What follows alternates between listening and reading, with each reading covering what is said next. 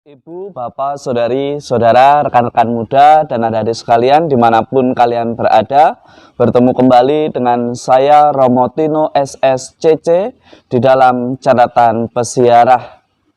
Di dalam perjalanan hidup, penting bagi kita untuk menyadari apa peran kita dan sejauh mana yang menjadi porsi kita di dalam pelayanan maupun di dalam tugas saat kita menjalankan persiaran hidup kita di dunia ini.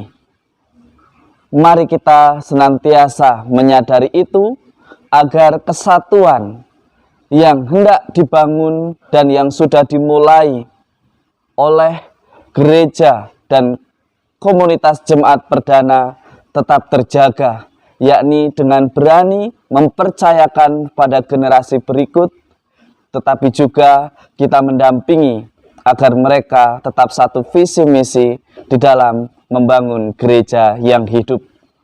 Sebelum kita mendengarkan permenungan dari catatan pesiarah, marilah kita membuat tanda kemenangan Kristus. Dalam nama Bapa dan Putera dan Roh Kudus. Amin. Allah Bapa yang Maha Kasih, Roh Kudus telah menghimpun gerejamu menjadi satu.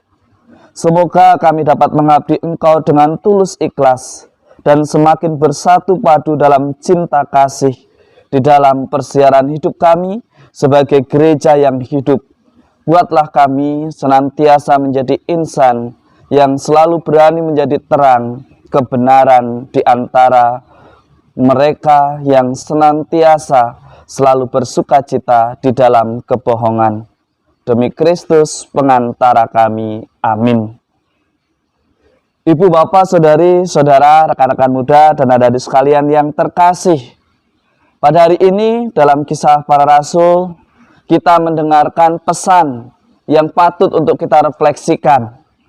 Jagalah dirimu dan jagalah seluruh kawanan, karena kamulah yang ditetapkan Roh Kudus menjadi penilik untuk mengembalakan jemaat Allah yang diperolehnya dengan darah anaknya sendiri. Sebagai gereja yang hidup, apakah kita sudah ambil bagian di dalam tugas itu? Ataukah kita justru hadir sebagai pribadi yang senantiasa memprovokasi akan perpecahan, yang senantiasa hanya memperjuangkan kemegahan diri, yang senantiasa hanya menyalahkan satu dengan yang lainnya, lebih senang adanya perdebatan?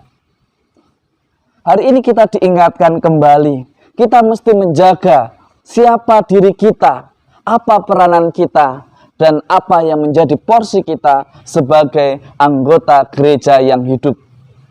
Seringkali pelayanan menjadi mandek karena kita egois, ingin mengaplikasikan apa yang ada di dalam pikiran kita.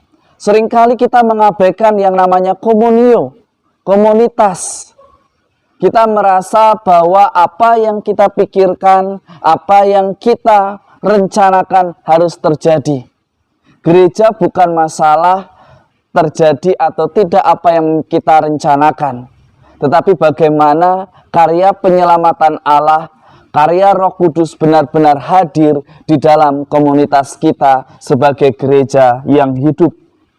Kita mesti menjaga diri kita, sejauh mana porsi kita, sejauh mana peran kita. Dan juga kita jangan senantiasa membuat provokasi, selalu memposisikan diri yang berbeda, selalu merasa diri hanya bertugas untuk mengkritisi mana yang tepat, mana yang tidak tepat, tanpa memberikan sebuah solusi.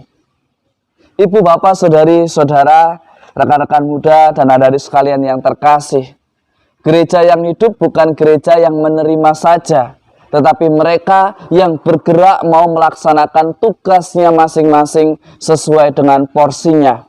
Sekali lagi harus satu misi di dalam menghadirkan gereja cinta kasih Allah. Bukan hanya sekedar ingin tampil beda, bukan hanya sekedar ingin merubah dari yang dulu ke yang sekarang, merasa yang dulu salah, yang sekarang paling benar. Tidak juga, karena semata-mata yang benar hanyalah karya dan rencana Allah. Kalau itu adalah suatu kebenaran, akan bertahan dan akan selalu ada kelanjutannya. Hari ini kita juga diajak di dalam Injil Yohanes, bagaimana kita belajar menjaga persatuan itu dengan membawa segala aktivitas karya kita, baik di dalam komunitas keluarga, komunitas gereja, komunitas masyarakat maupun berbangsa dan bernegara di dalam doa. Mari kita jaga persatuan itu dengan membawa dan memohon berkat Tuhan, agar Tuhan senantiasa mendampingi kita masing-masing untuk selalu memperjuangkan perdamaian. Tentu pertanyaan refleksi bagi kita semua, sudahkah kita melakukan ini semua di dalam persiaran hidup kita? Ataukah kita masih seringkali jatuh pada pamor, pada pujian, pada kekuasaan atau kepuasan diri? Pelayanan yang benar dan tepat selalu mengikuti arah dan gerak Roh Kudus, yaitu roh kebenaran yang selalu membantu setiap orang menemukan Tuhan dan memuliakan Tuhan di dalam persiaran hidup kita.